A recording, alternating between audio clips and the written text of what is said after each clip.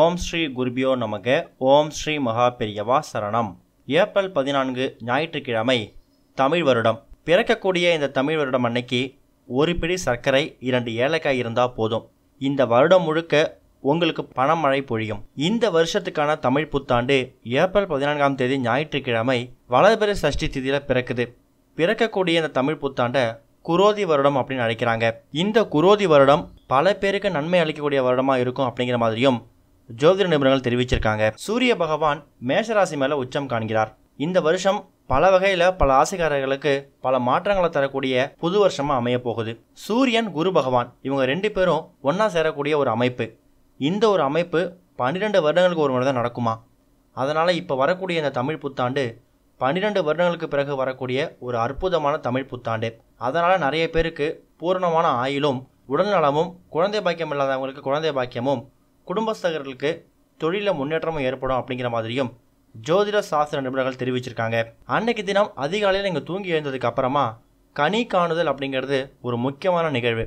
அதாவது மா, பலா, வாழைன்னு சொல்லக்கூடிய முக்கனிகளையும் தானியங்களையும் நகைகள், பணங்கள் இது எல்லாத்தையும் உங்கள் வீட்டோட பூஜை அறையில் முதல் நாள் இரவே வச்சிடணும். காலையில் தமிழ் புத்தாண்டு அன்னைக்கு தூங்கி எழுந்திரிச்சதுக்கு அப்புறமா முதல் வேலையாக நீங்கள் தட்டில் பரப்பி வச்சிருக்கக்கூடிய அந்த பொருட்களை தான் கண் விழிக்கணும். அதுதான் கனி காணுதல். தமிழ் புத்தாண்டு அன்னைக்கு நீங்கள் பார்க்கக்கூடிய அந்த பொருட்களில் எந்த குறையும் எந்த ஒரு இறக்கமும் ஏற்படாமல் இந்த வருடம் முழுக்க உங்களுக்கு செல்வ செழிப்பாக இருக்கணும் அப்படிங்கிறதுக்காக தான் அந்த கனி காணுதல் அப்படிங்கிற நிகழ்வு நடத்தப்படுது. அதுக்கப்புறமா எழுந்து குளிச்சுட்டு கோவிலுக்கு போயிட்டு வரணும். அன்னைக்கு உங்கள் வீட்டில் அறுசுவை நீங்கள் சமைக்கணும். 6 வகையான சுவைகளில் சின்ன சின்னதாக ஒரு கைப்பிடி செஞ்சால் கூட போதும். 6 வகையான உணவுகளில் நெய்வேத்தியம் செஞ்சு உங்கள் வீட்டில் பூஜை அறையில் சுவாமிக்கு படைங்க. அடுத்தது இப்போ நம்ம சொல்லக்கூடிய இந்த ஒரு நிகழ்வை நீங்கள் பண்ணி ஆகணும். அது என்ன அப்படின்னு கேட்டிங்கன்னா, சர்க்கரை, ஏலக்காய் இதை 2 வச்சு அற்புதமான ஒரு பரிகாரத்தை பண்ண போகிறோம். இதுக்கு சின்னதாக ஒரு பவுலில் ஒரு 2-3 கைப்பிடி சர்க்கரை எடுத்துக்கோங்க. அதில் ஒரு 2-3 ஏலக்காயை வச்சு இதை உங்கள் வீட்டோட பூஜை அறையில் தமிழ் புத்தாண்டு அன்னைக்கு வச்சுடுங்க. சர்க்கரை அப்படிங்கிறது இனிப்பான பொருள், ஏலக்காய் அப்படிங்கிறது வாசனை மிகுந்த பொருள், பணத்தை வசியம் பண்ணக்கூடிய ஒரு அற்புதமான பொருள்.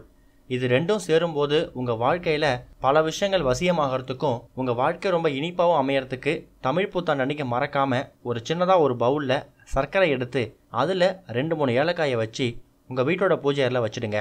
தமிழ் புத்தாண்டு முடிஞ்சு மறுநாள் தாராளமாக அந்த சர்க்கரையும் ஏலக்காயும் நீங்கள் சமையலுக்கு பயன்படுத்திக்கலாம். எக்காரணம் கொண்டும் அதை அடுத்தவங்களுக்கோ இல்லை கீழேயோ கொட்டிட வேணாம். அதனால் தமிழ் புத்தாண்டு அன்னைக்கு மறக்காமல் கனி காணுதல் நிகழ்வு, கோவிலுக்கு போகிறது, அறுசுவை செய்கிறது இதெல்லாம் ஒரு பக்கம் இருந்தாலும் சர்க்கரை கிண்ணத்தில் 2-3 ஏலக்காயை வச்சு அதை நீங்கள் நெய்வேத்தியமாக சுவாமிக்கு படைங்க. கண்டிப்பாக பிறக்கக்கூடிய வருடம் உங்களுக்கு வாசனை மிகுந்ததாகவும் இனிமையானதாகவும் இருக்கும். ஓம் ஸ்ரீ குருபியோ நமக. ஓம் ஸ்ரீ மகா பெரியவா சரணம்.